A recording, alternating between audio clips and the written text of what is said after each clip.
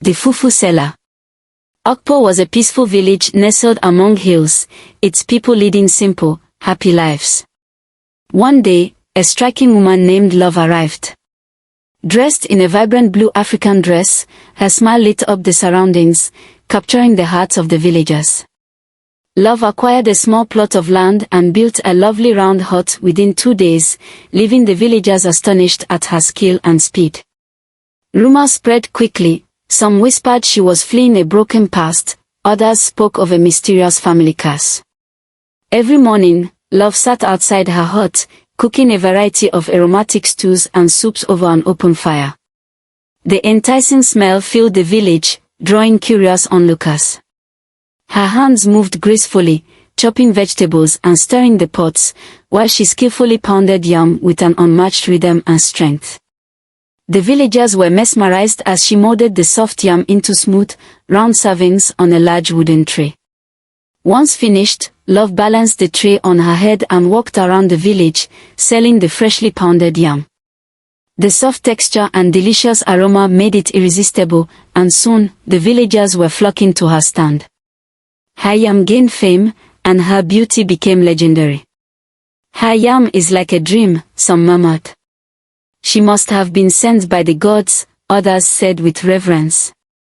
In the same village, Casey, a local businesswoman known for her yam-pounding skill, observed Love's popularity with resentment. For years, Casey had been the go-to vendor for yam, but now her customers had dwindled. What magic does she use? Casey wondered aloud, unable to accept that a newcomer was taking over her trade. Determined to uncover Love's secret, Casey started lurking around Love's hut, hoping to discover a special ingredient or technique. Yet, no matter how closely she watched, she saw nothing unusual. Frustrated, Casey attempted to mimic Love's style by shaping her own yam differently, but the villagers remained loyal to Love. Unknown to the villagers, Love harbored a dark secret. She was a ghost, her spirit unrelenting in its mission. A few days before her arrival in Okpo, Love had been murdered by her co-wives out of jealousy. In life, Love had been the cherished third wife of a prosperous farmer named Okoro. Her cooking skills were unmatched, and Okoro adored her for it. However, her position as his favorite brought envy and bitterness from the other two wives, Janet and Bimbo.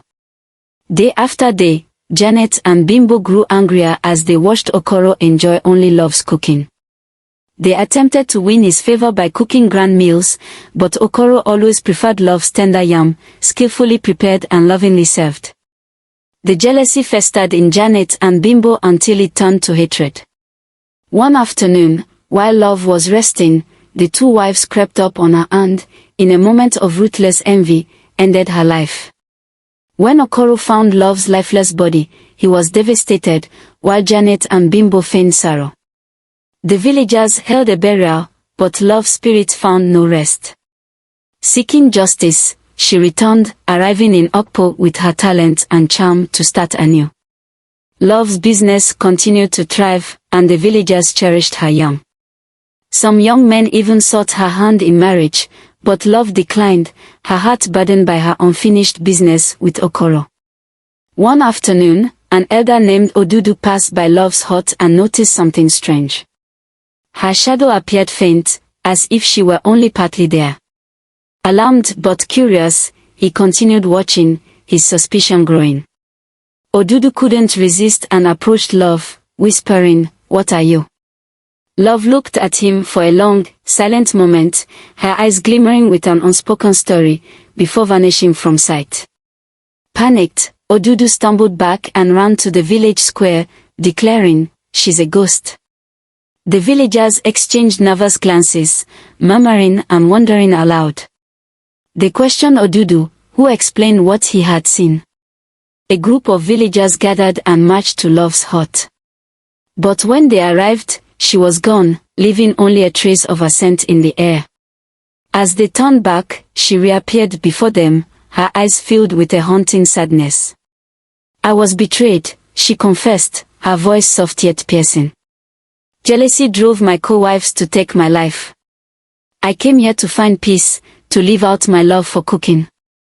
Some villagers were fearful, while others felt pity. The elders debated her fate. "She brings us happiness," one elder said. "Let her stay." After much discussion, they agreed. Relieved, Love smiled, gratitude lighting up her face.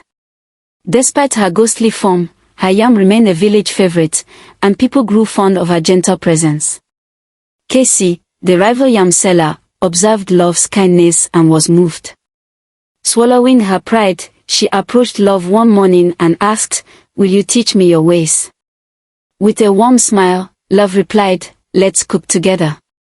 The two women soon forged an unexpected friendship, learning from each other's skills and stories.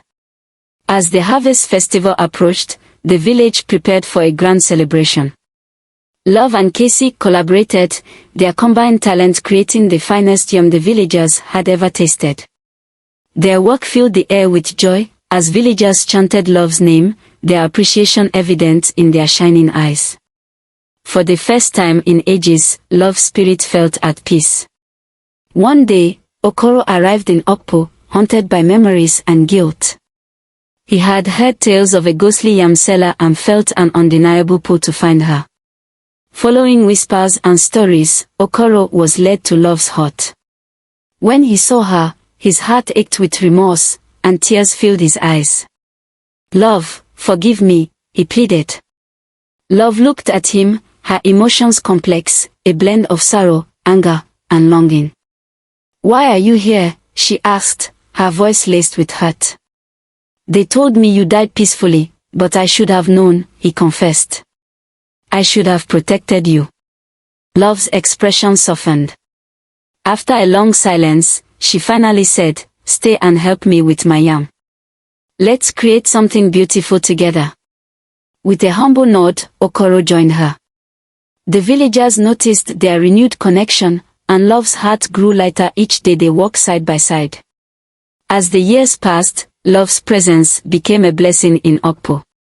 She inspired the villagers, her yam uniting people of all ages. One day, feeling her work was complete, Love called Okoro aside. "My love, it's time for me to move on." Tears filled Okoro's eyes. "Where will you go?" "To the afterlife," she replied, "but I am grateful for every moment here." Later that evening, Love bid farewell to the villagers, her spirit leaving behind a legacy of kindness and resilience. Casey embraced her tightly. "I will keep your memory alive," she promised, her voice choked with emotion. Love smiled, her gaze full of gratitude, and then vanished into the night air. Okoro, heartbroken yet content, returned to his village and exposed the truth of Janet and Bimbo's crime. Justice prevailed as they were banished, the villagers acknowledging Love's impact even after her departure.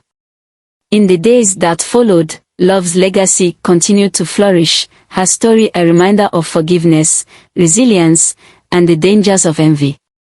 The villagers remembered her fondly, cherishing the lessons she imparted, while Casey became a respected yam seller, inspired by Love's memory. Love's story spread far beyond Okpo, a tale of kindness triumphing over bitterness, and forgiveness granting peace. And so, Love's spirit rested, leaving behind a legacy that would inspire generations. I hope you enjoyed the tale. If so, please like the video, comment, share it with your family and friends, and don't forget to subscribe to the channel and turn on the notification bell for more enchanting tales like this one. Goodbye.